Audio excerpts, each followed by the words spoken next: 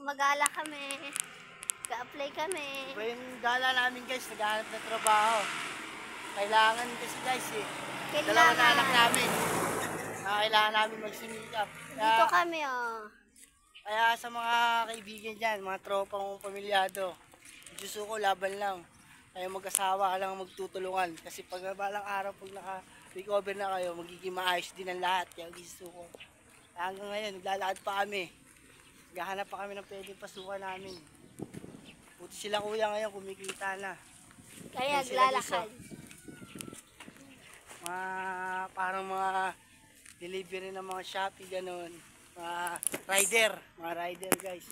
Buti sila kumikita na kami hanggang ngayon. Naghahanap pa ng pwedeng pagkakakitaan. Kaya sana all. Sana all. Sana all, sana all. Guys, ang liwalas dito, ang hangin. Dito pinasok namin lugar guys, puro warehouse. Ngayon yung mga warehouse, puro complete na sila, kompleto na sila ng mga tao, pero di kami sumusuko. Diretso lang.